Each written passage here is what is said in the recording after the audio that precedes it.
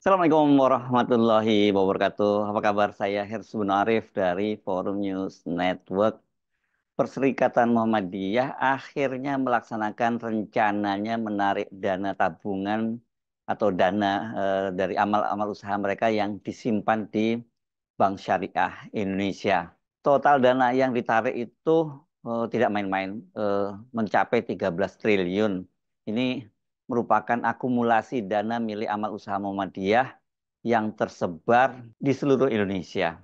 Kabar penarikan dana milik Perserikatan Muhammadiyah dari Bank Syariah milik pemerintah itu atau Bank Syariah Plat Merah itu sesungguhnya sudah diputuskan dalam pertemuan internal mereka sejak tanggal 26 Mei 2024 ini di Yogyakarta. Namun ini baru bocor ke publik dalam beberapa hari terakhir.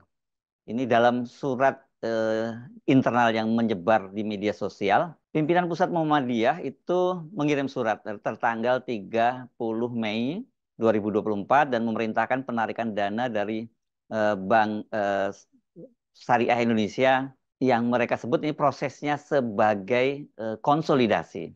Ini suratnya bernomor 320 garis miring 1 Romawi titik kosong garis miring A garis miring 2204 tertanggal 30 Mei 2024 atau 22 Zulkaidah 1445 Hijriah ini ditulisnya di Yogyakarta ya. Dan ini di situ disebutkan memo konsolidasi dana. Ini suratnya dari pimpinan Pusat Muhammadiyah. Yang terhormat, satu, Majelis Pendidikan Tinggi, Penelitian dan Pengembangan PP Muhammadiyah. Dua, Majelis Pembinaan Kesehatan Umum PP Muhammadiyah. Tiga, pimpinan Perguruan Tinggi Muhammadiyah dan Aisyah terlampir. Empat, pimpinan Rumah Sakit Muhammadiyah dan Aisyah terlampir. Lima, pimpinan Badan Usaha milik Muhammadiyah terlampir di seluruh Indonesia. Assalamualaikum warahmatullahi wabarakatuh. Menindaklanjuti pertemuan bersama pimpinan Pusat Muhammadiyah dan Amal Usaha Muhammadiyah AUM mengenai konsolidasi keuangan di lingkungan AUM tanggal 26 Mei 2024 di Yogyakarta. Dengan ini kami minta dilakukan rasionalisasi dana simpanan dan pembiayaan di Bank Syariah Indonesia dalam kurung BSI dengan pengalihan ke Bank Syariah Bukopin, Bank Mega Syariah, Bank Muamalat, bank-bank syariah daerah, dan bank-bank lain yang selama ini bekerja sama baik dengan Muhammadiyah. Nasrul minallah wa fathun qorib. Wassalamualaikum warahmatullahi wabarakatuh. Ditandatangani oleh Ketua Dr. H. Agung Danarto, MAP.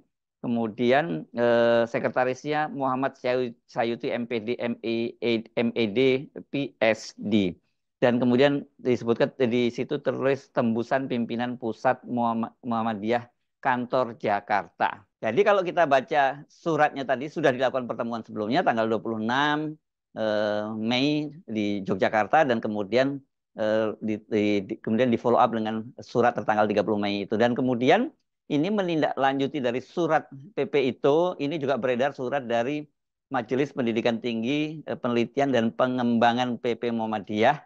Ini sehari kemudian. Ini suratnya dikirimkan kepada para rektor, direktur Perguruan Tinggi Muhammadiyah dan Aisyah. Ini juga ditandatangani di Yogyakarta ya. Jadi kemudian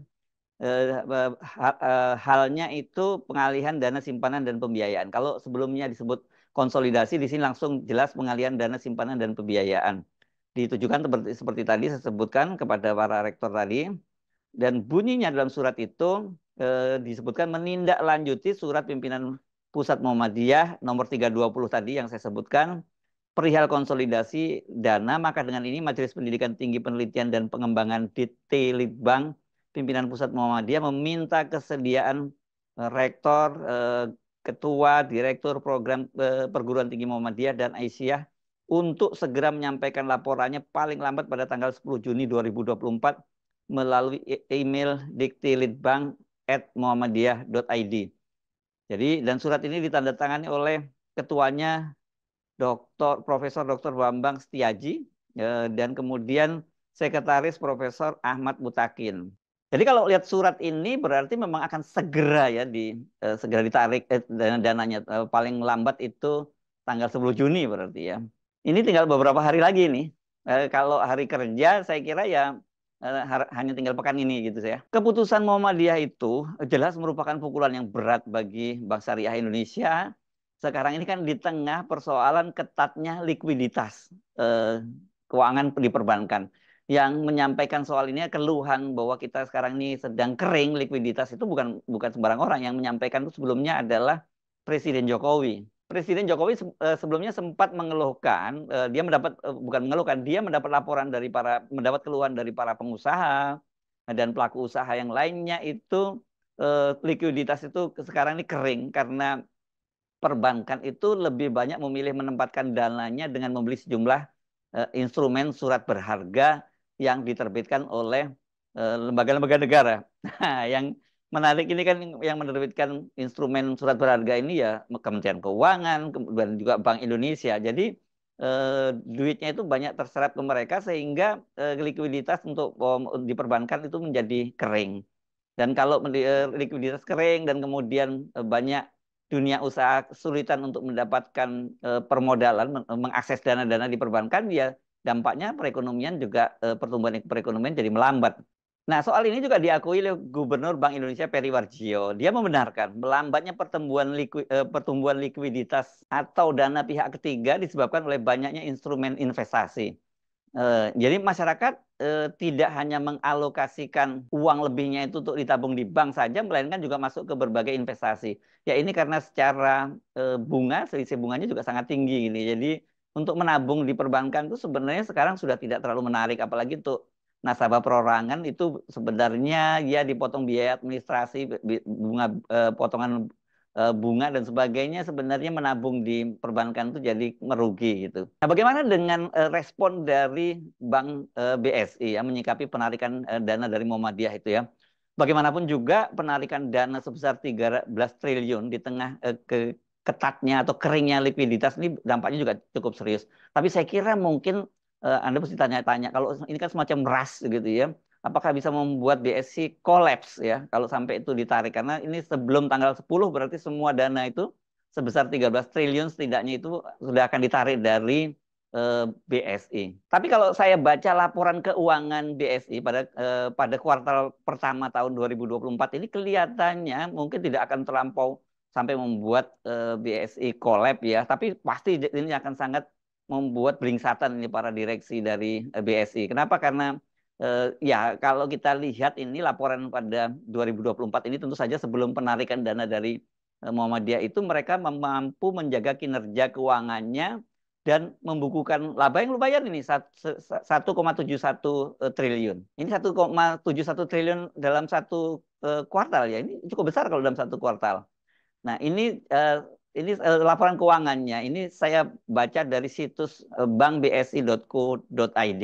Di situ dituliskan di websitenya dari BSI, Bank Syariah Indonesia itu judulnya adalah BSI cetak laba impresif 1,71 triliun hingga Maret 2024. Mereka menyatakan bahwa angka itu, laba itu bisa mereka capai di tengah tantangan dan kondisi ekonomi global yang fluktuatif.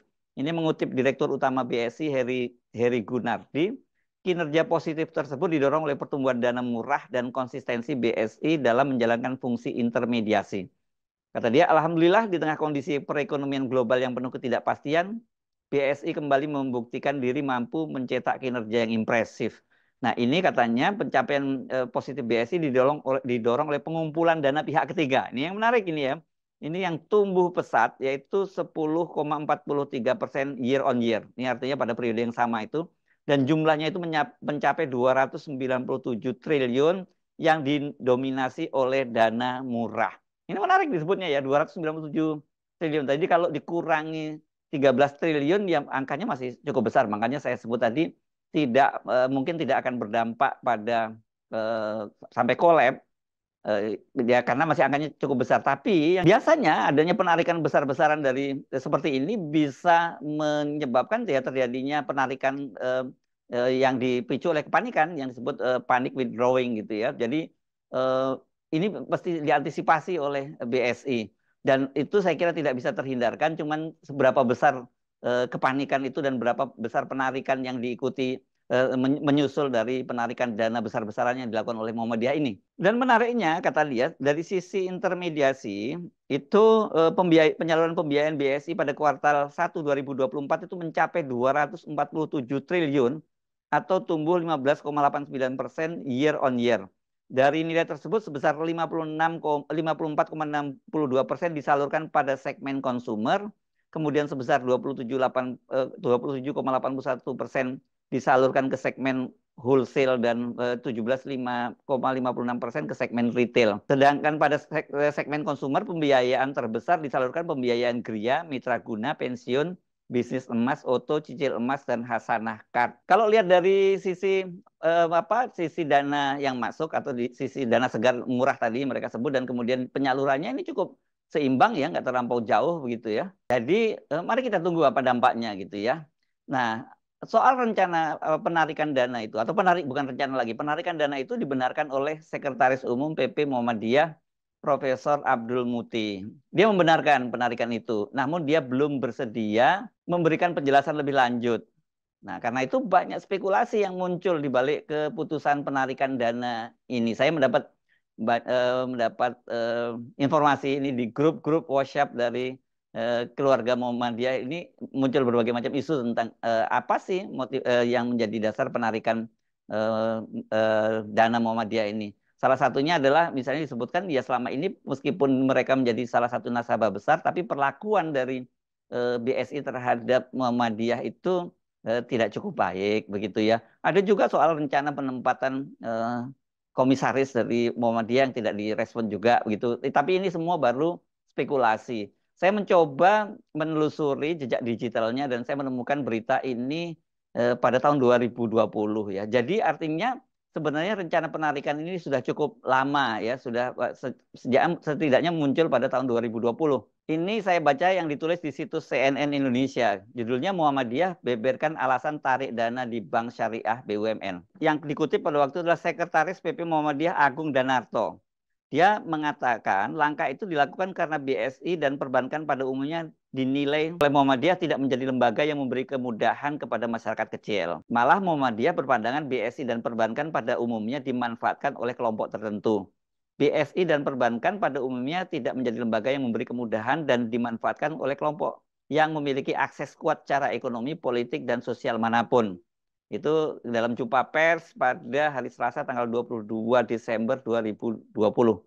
Dan penarikan itu katanya sejalan dengan tujuan mendukung pengembangan program UMKM dan ekonomi kerakyatan yang memiliki spirit Al-Quran, terutama surat Al-Ma'un.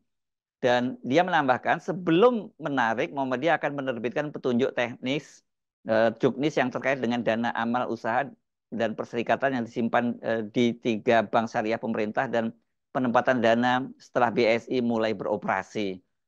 Pandangan terkait BSI tidak ada kaitannya dengan signifikansi dana pihak manapun yang disimpan di bank syariah itu, tetapi menyangkut tuntutan akuntabilitas publik terhadap BSI sebagai badan usaha milik negara yang menghimpun dana dari masyarakat. Dan di kesempatan itu Muhammadiyah juga mengingatkan BSI untuk menunjukkan keberpihakannya kepada masyarakat kecil.